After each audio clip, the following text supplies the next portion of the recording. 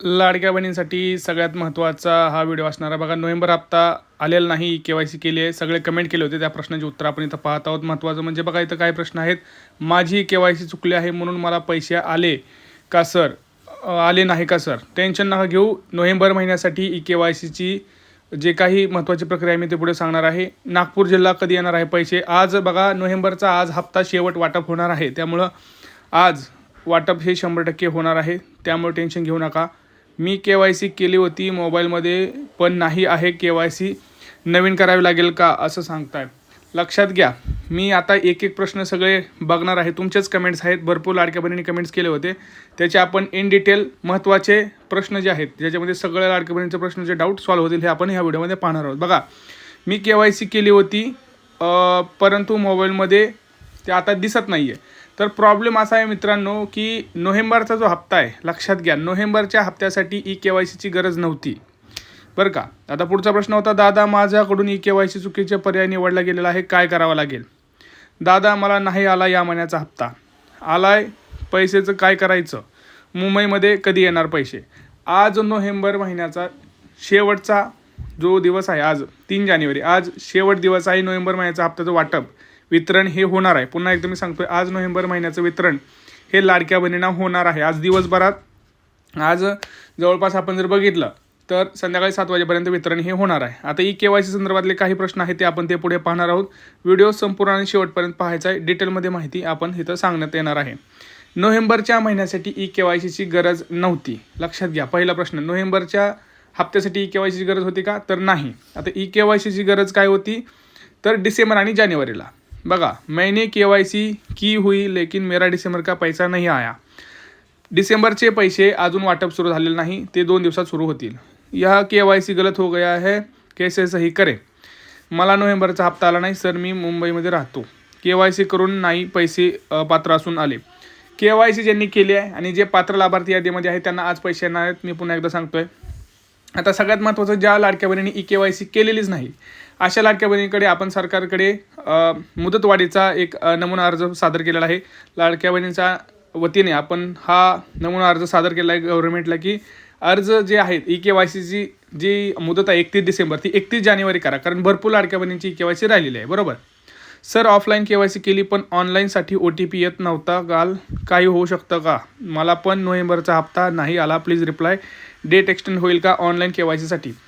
Online के-वाय-सीसाठी आपण अर्ज, तुम्हाला आता सांगितलं की नमुना आपण सरकारकडे विनंती अर्ज केलेला आहे की लवकरात लवकर ही के-वाय-सीची मुदत आहे ती 31 जानेवारी करा, म्हणजे लाडक्या बहिणींची के-वाय-सी जी राहिलेली आहे त्या कंप्लीट करू शकतात.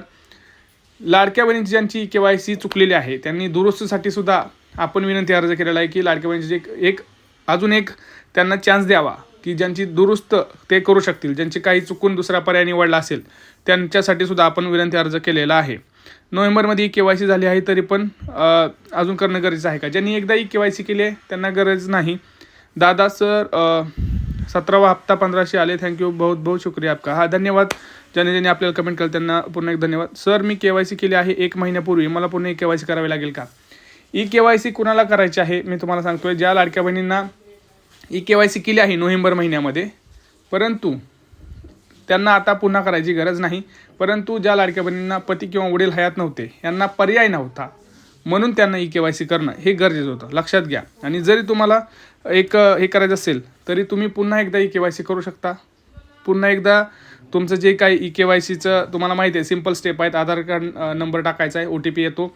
परंतु सध्या ऑनलाईन हे बंदच आहे, आपण त्यासाठी विनंती अर्ज केलेला आहे.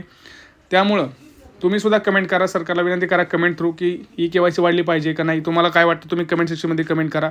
आणि के-वाय-सी केल्यानंतर सुद्धा बघा, ही जी यादी आहे ती इन्कम टॅक्स डिपार्टमेंटकडे, RTO डिपार्टमेंटकडे पाठवली जाते. त्याच्यामधून पात्र लाभार्थी लाडक्या बहिणी ज्या आहेत, ह्या लाडक्या बहिणींचं नाव ज्यांचं पात्र असेल, चौकशी दरम्यान अर्ज पडताना ज्यांचं नाव पात्र असेल अशाच लाडक्या बहिणींना तिथं हप्ता देण्यात येत आहे, लक्षात ठेवा. सरसकट हप्ता देत नाहीत. मला अजून पैसे नाही आले, नाशिक जिल्हा के-वाय-सी केला आहे पण काही चुकलं तर पैसे नाही मिळणार का? लक्षात घ्या, नोव्हेंबरच्या हप्त्यासाठी कुठलीही तिथं अट नव्हती, परंतु डिसेंबर जानेवारी महिन्यासाठी 100% अट आहे, तरच तुम्हाला हा पैसे मिळणार आहेत. ऑक्टोबरमध्ये के-वाय-सी केल्यास डबल के-वाय-सी करावी लागेल का? ज्यांची के-वाय-सी सक्सेसफुल झाली त्यांना करायची गरज नाही.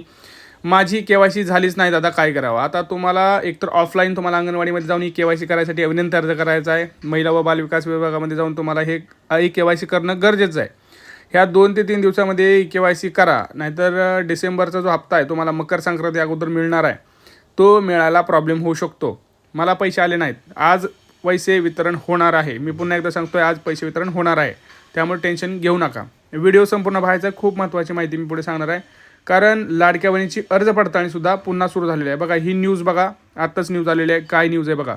लाडकी बहीण योजनेत काटेकोरपणे पारदर्शकता आणण्यासाठी मोठा निर्णय घेतला. KYCचा संपूर्ण डेटा आयकर विभागाकडे पाठवण्यात येणार आहे आणि डिजिटल पडताळणी ही पूर्ण झाल्यावर लाभार्थ्यांचे तसंच त्यांच्या पती किंवा वडिलांचं वार्षिक उत्पन्न आणि इतर कागदपत्रे तपासली जातील. ज्या महिलांचे कुटुंबाचं वार्षिक उत्पन्न 2.5 लाख रुपयांपेक्षा जास्त असेल त्यापुढे अपात्र त्या ठरतील आणि त्यांचा दरमहा 1,500 रुपयांचा हप्ता कायमचा बंद होईल. प्राथमिक छाननीत सुमारे 52 लाख महिला अपात्र आढळल्या.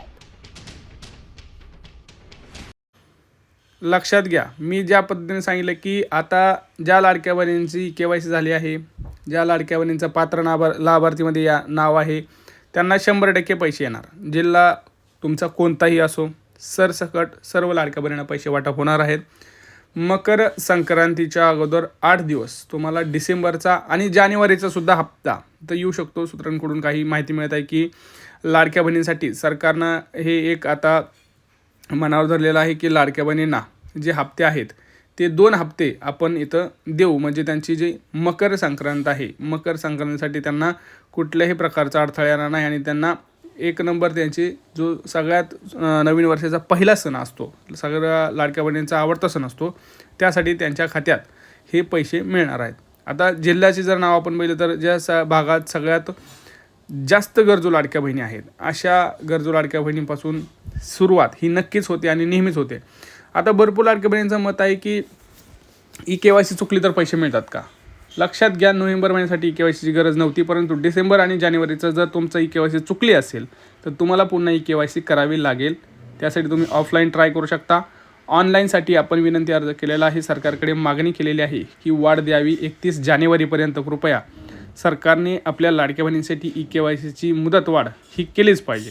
तुमचं काय म्हणणं आहे कमेंट सेक्शनमध्ये कळवा. आता बघा, एक सगळ्यात महत्त्वाचा फॉर्म जो भरून द्यायचा तुम्हाला तो म्हणजे हा आहे एक, म्हणजे मुख्यमंत्री माझी लाडकी बहीण योजनेअंतर्गत एकत्र कुटुंबामध्ये अनेक महिला लाभ घेत असतात.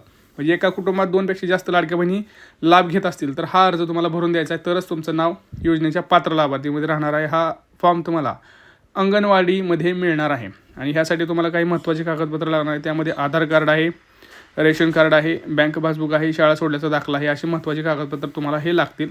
त्यामुळे हा व्हिडिओ जास्तीत जास्त शेअर करायचा आहे. काही प्रश्न असेल तर नक्की विचारा. भेटूया पुढच्या व्हिडिओमध्ये. चॅनलला सबस्क्राईब करा. तोपर्यंत जय महाराष्ट्र.